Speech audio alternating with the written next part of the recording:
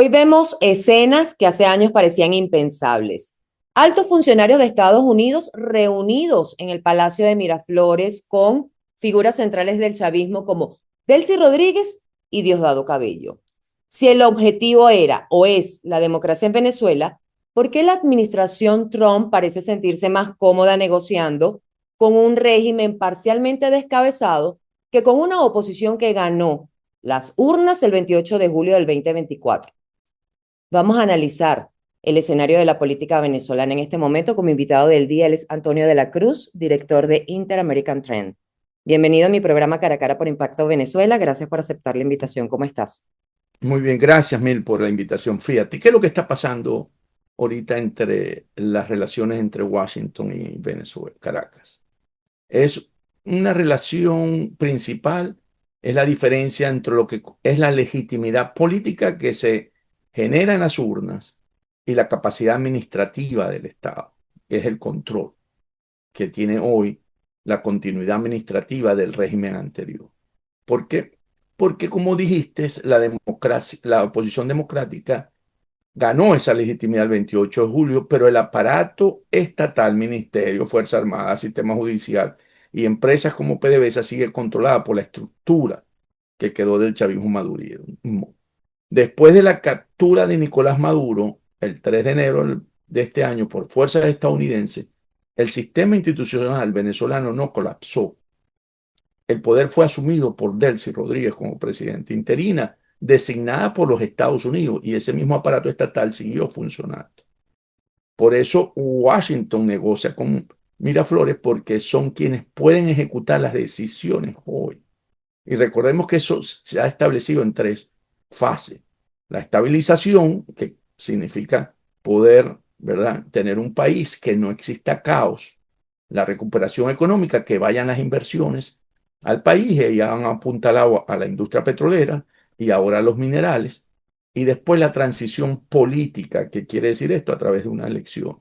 Entonces, lo primero que establece Estados Unidos es estabilizar el Estado. Y luego, en la última fase, se abre el camino electoral. Pero ver a un Donald Trump decir que Delcy Rodríguez es buena, está cumpliendo, pero hace poco ya la llama presidenta, le dice líder, estaría asomando ya o legitimando una figura de transición que se puede postergar o que puede seguir en el poder, porque también hay leyes que en nuestra constitución contempla que después de 180 días hay que llamar a elecciones. Y mira, ya estamos a marzo. Entonces, él está como mostrando una figura de Delcy Rodríguez que la está legitimando y eso es preocupante. Para estas dos etapas primeras, ¿ok? Y la última, la legitimidad se la da a Estados Unidos a Delcy Rodríguez, eso es correcto. Pero no es por afinidad política, ni porque él considere que pueda darle un apoyo para mantenerse en el poder, porque eso al final lo vamos a tomar los venezolanos en unas elecciones. Aquí lo preocupante es que este status quo de una Delcy entregando todo lo que quiere Estados Unidos, cumpliendo ante un Estado tutelado por ellos, por la administración Trump, se quede esa condición y veamos una continuidad administrativa de Delcy por más tiempo que se sostenga, porque los Estados Unidos lo que tiene son intereses. Estados Unidos en este momento no está peleando por los valores de la democracia, está peleando por los intereses que hay. Y esos intereses los lleva a que quiere un país donde no se produzca caos, donde no se produzca más migración venezolana, donde no se produzca una crisis humanitaria. Y considera que a través de la estructura de Delcy Rodríguez, Jorge Rodríguez, Diosdado Cabello, Padrino López, puede garantizar ese modelo. ¿Por qué Diosdado Cabello y Padrino López? Vamos a enfocarnos un poco en la presencia de Diosdado Cabello en estas reuniones, una figura muy polémica y sobre quien pesa una recompensa que está vigente por parte de Estados Unidos. Lo hemos visto hace días con todos los funcionarios de Estados Unidos que han ido a Miraflores. él ha estado allí. Y uno dice, la administración Trump está negociando con personas que ha señalado de narcoterroristas. No es Excelente, ilógico eso. excelente pregunta.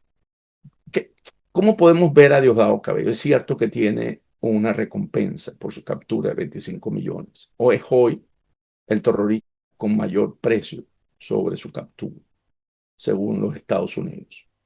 Pero la presencia de Cabello en estas reuniones no significa necesariamente que el chavismo siga intacto. Lo que muestra es que la estructura de poder del Estado sigue allí. ¿Y Cabello qué representa? Representa tres grandes cosas del sistema.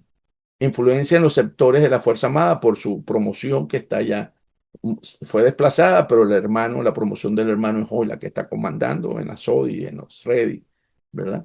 En los grupos paramilitares, tiene control político dentro del aparato del partido, tiene capacidad de contener fracturas internas.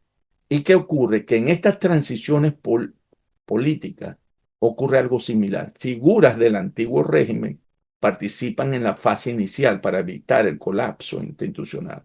En otras palabras, su presencia puede significar negociación interna dentro del oficialismo o dentro de esta estructura que hoy está en Venezuela bajo el Estado tutelado sobre quien controla el Estado después de Maduro. Y eso es importante tenerlo en cuenta, porque vuelvo a insistir, la estabilización no quiere caos y por lo tanto, Cabello significa que garantiza que esos grupos irregulares y esos elementos que actúan libremente y que pueden generar caos dentro del país si fuese inducido como por Cabello, son controlados. Y allí es la importancia. Yo creo que hay una fase, lo de Cabello y el mismo Padrino, que debe estar terminando en este primer semestre para poder seguir avanzando, así como ya vimos salir al fiscal de su posición, porque ellos simbolizan el terrorismo de Estado, pero también simbolizan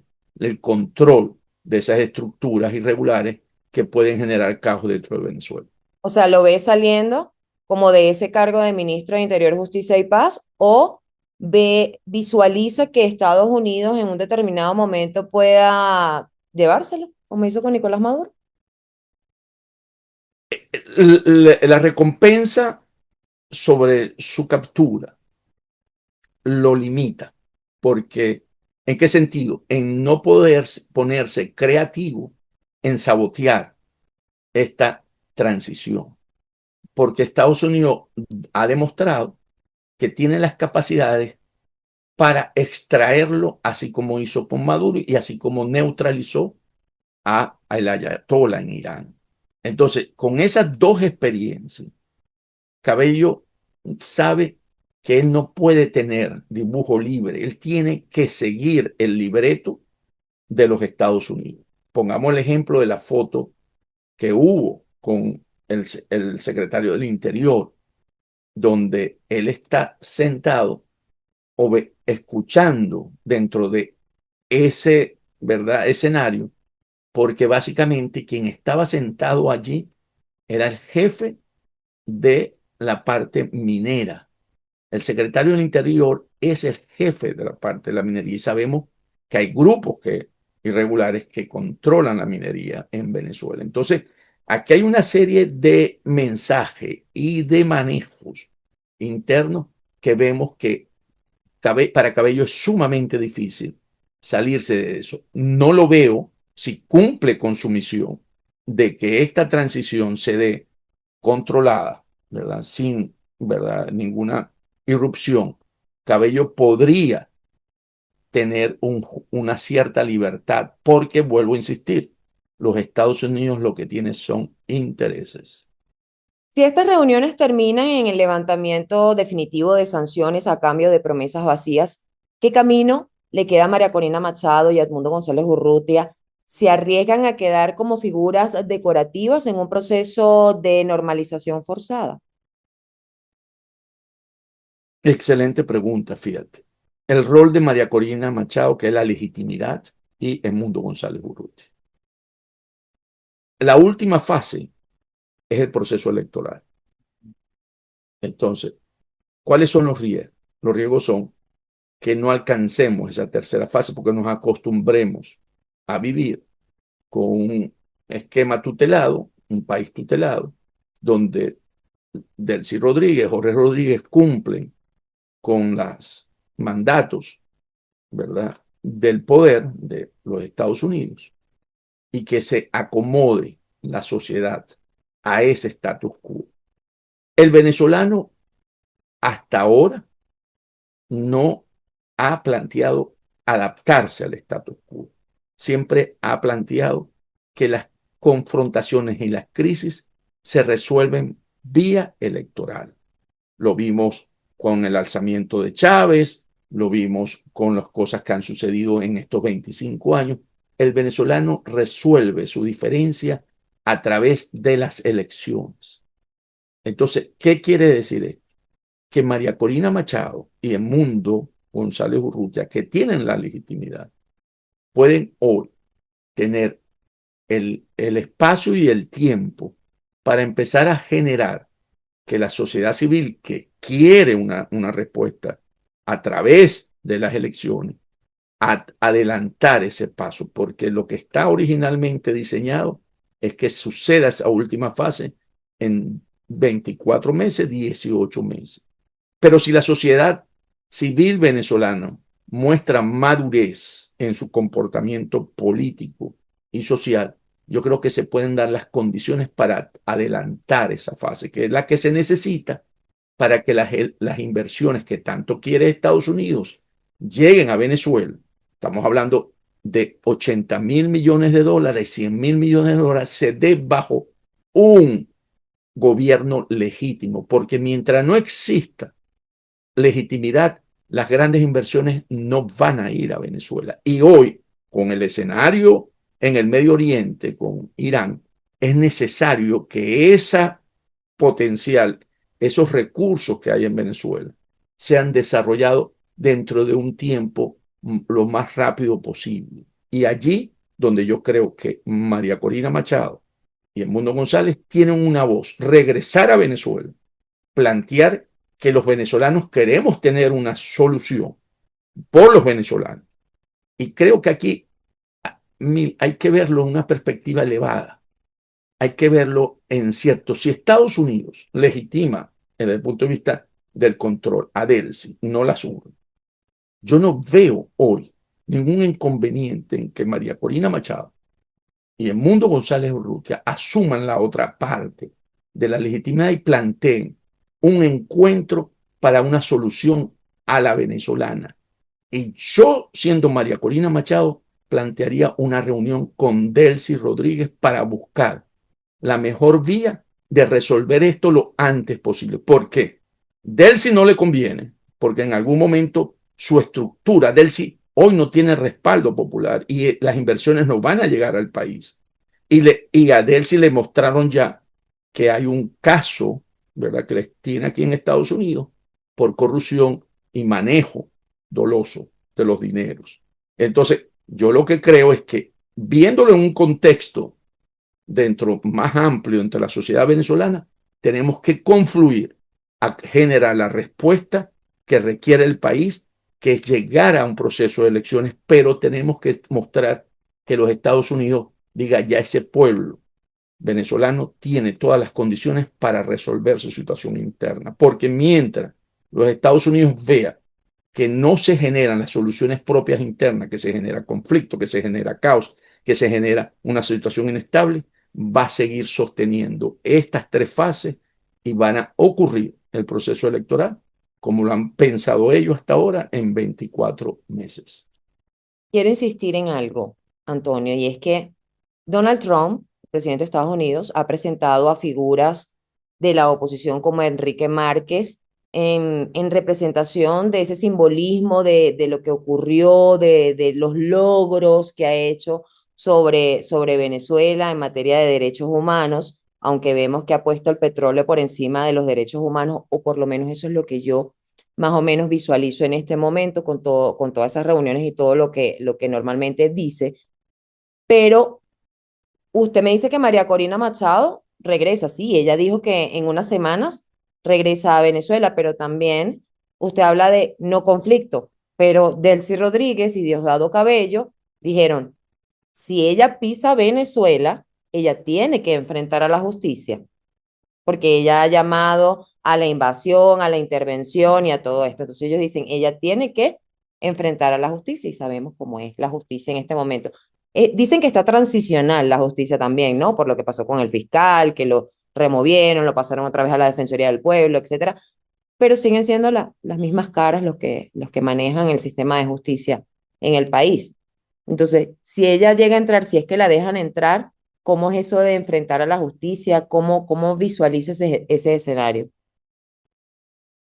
Fíjate, mira, el caso de Enrique Márquez es un mensaje para la oposición democrática venezolana. ¿En qué sentido? En que la solución, como lo señalamos hace poco, en Venezuela es una solución de toda la sociedad venezolana. Y Enrique Márquez no es porque él tenga un apoyo electoral alto, ni mucho menos, sino que lo que hay ahí es un mensaje de que es parte de esa oposición y que tenemos que tener ese espectro a vía, que no puede ser un espectro de una sola vía, de muy reducido. Eso con respecto. Eso es un mensaje para la oposición democrática por parte de los Estados Unidos. Con respecto a María Corina Machado, el dilema de ella, el dilema para los venezolanos, la sociedad venezolana y para el régimen de Delcy, es básicamente el dilema central de la transición venezolana. ¿Por qué? Porque ella tiene la legitimidad política, ¿verdad? Y el aparato heredado del madurismo y del chavismo mantiene el control institucional. Entonces, por supuesto, su regreso genera tan alta tensión, mucha tensión. Y si se le permite participar libremente, el proceso gana legitimidad democrática.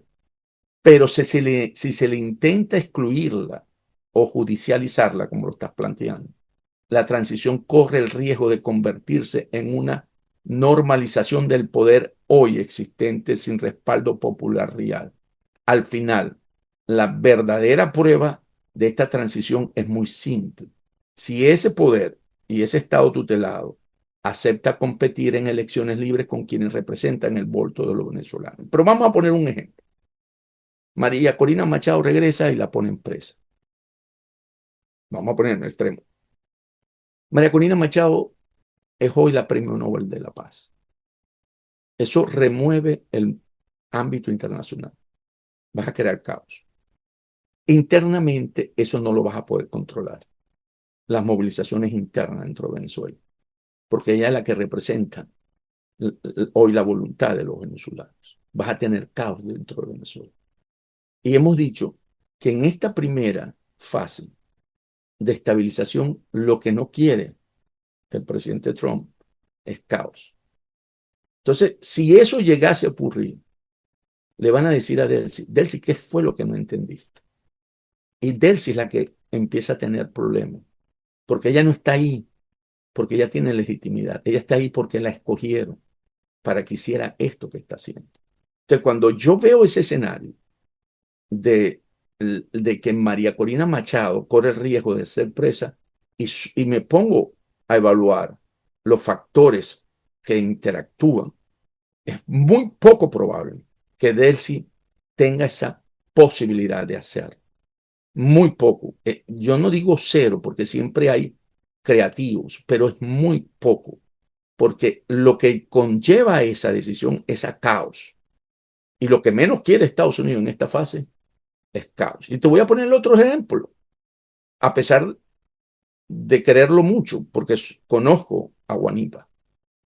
¿Qué pasó con Guanipa? Guanipa cuando sale confunde la situación y genera una situación que podría, no generó caos, pero podría sentirse que se podía hacer ese tipo de acciones en ese momento. No estaba aprobada la ley de amnistía tampoco.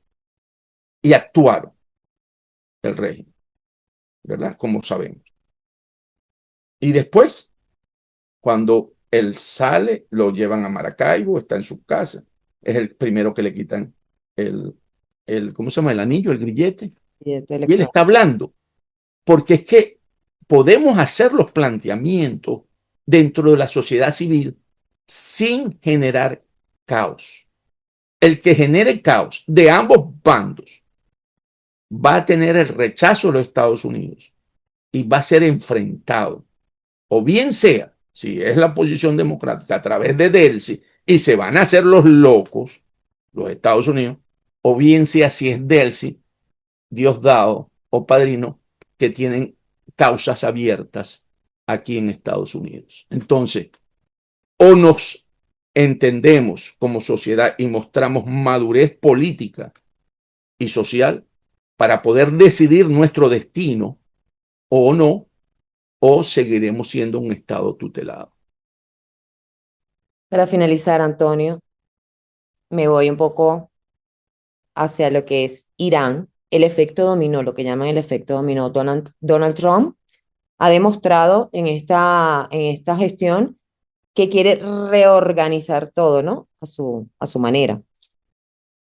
Cuba dice que está en conversaciones, ¿no? Hay como un tira y encoge ahí con Cuba, donde también obviamente sale salpicada Venezuela por las relaciones con Cuba de todos estos años, pero preocupa que entre lo que está pasando con Irán, ese conflicto que hay de Israel, Estados Unidos contra la República Islámica, se desvíe la atención a ese conflicto armado que hay en este momento y que Venezuela pase a un segundo plano y se deje como que de presionar en cuanto a esas fases que están planteadas y solamente se enfoque en el beneficio de Estados Unidos, que como bien lo dijiste, pues es sus intereses, pero ajá, los venezolanos también están esperando, puede haber madurez, pero hay una necesidad de cambio, hay un interés del venezolano en mejorar, en que la economía avance, todo eso, pero un conflicto bélico en el medio, creo que la atención se dispersa.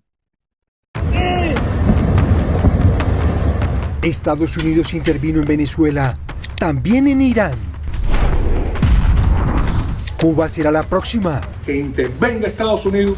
Todos los dictadores, todos se vayan, que se vayan de aquí, que se vayan de Cuba. Sin gasolina, a oscuras y con hambre, viven los cubanos. Claro, la gente se pone loco con eso. Vea este especial de Testigo Directo, el último suspiro de Cuba.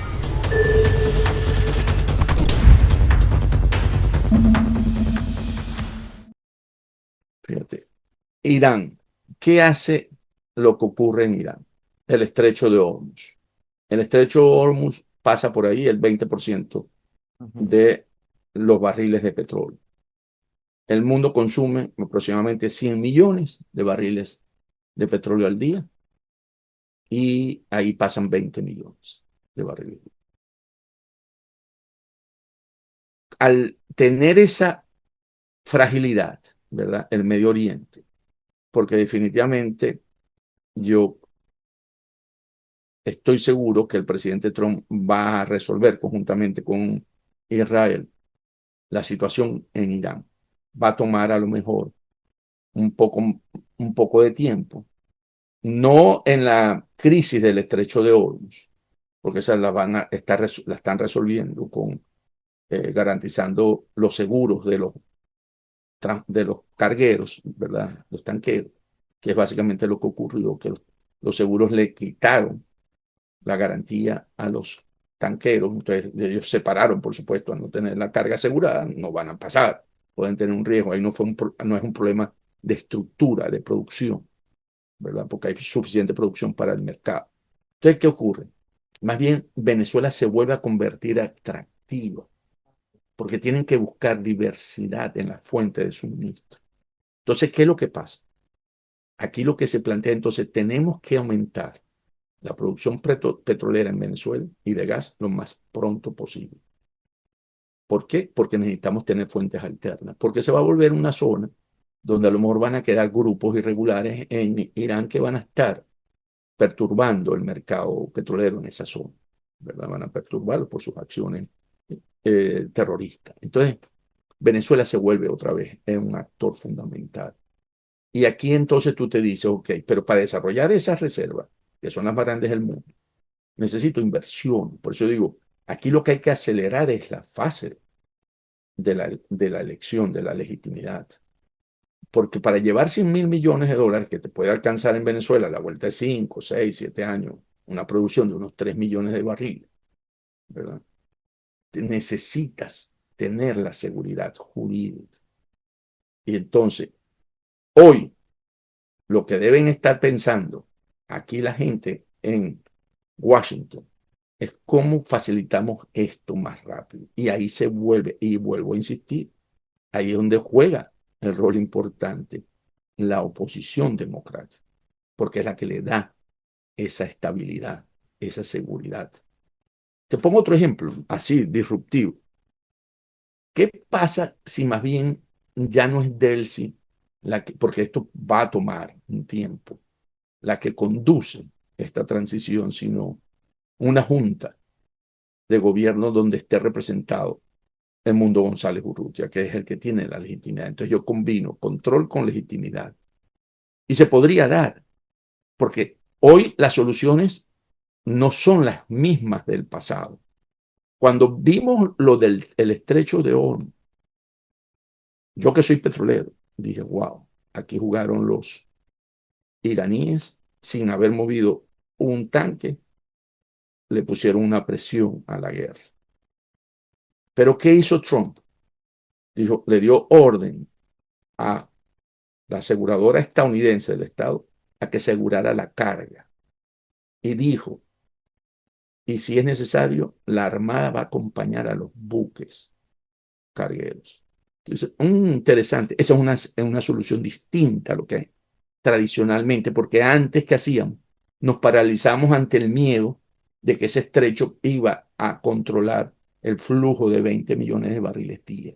Y Claro. entonces, y veíamos precios que se iban a elevar de una vez a más de 100 barriles, más de $100 el barril, y eso tenía consecuencias en la economía, eso tenía consecuencias en todo. Entonces, hoy las soluciones no son las que se usaban anteriormente. Estamos en sus soluciones creativas y todos tenemos que aportar ese tipo de granito de arena para buscar lo que queremos los venezolanos, que es libertad y democracia.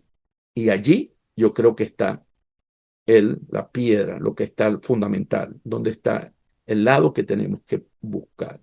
Y hoy Venezuela se ha convertido en un país mucho más importante para los Estados Unidos y por eso no le va a quitar presencia, porque además China controla el 80% de las tierras raras en su país, que son las que se utilizan hoy para el desarrollo tecnológico, ¿verdad? De guerra, de teléfono, todo. Y Venezuela tiene tierras raras y tiene otros muchos minerales. Entonces, Venezuela hoy vuelve a surgir como un país clave para el hemisferio occidental. Y eso está conectado con la doctrina que se conoce Donald Trump por Donald y Roe por la Monroe, que es la doctrina Monroe, y que América para los americanos. Y por eso Trump tuvo una reunión con los presidentes de la región aliados en este enfoque de defensa de los valores de la democracia y la libertad en Dora recientemente. Sin duda alguna, Venezuela es la joya de la corona, siempre lo ha sido, por nuestros recursos, por todo lo que tenemos, una tierra bendita. Nuestro país, con todo y todo, es una tierra bendita, de verdad que sí. Esperemos que salgamos adelante y salgamos de este atolladero político que lo único que ha traído es atraso, sobre todo para la sociedad que quiere evolucionar, que quiere estar en mejores condiciones y creo que nos merecemos eso. Es momento, ya está bueno.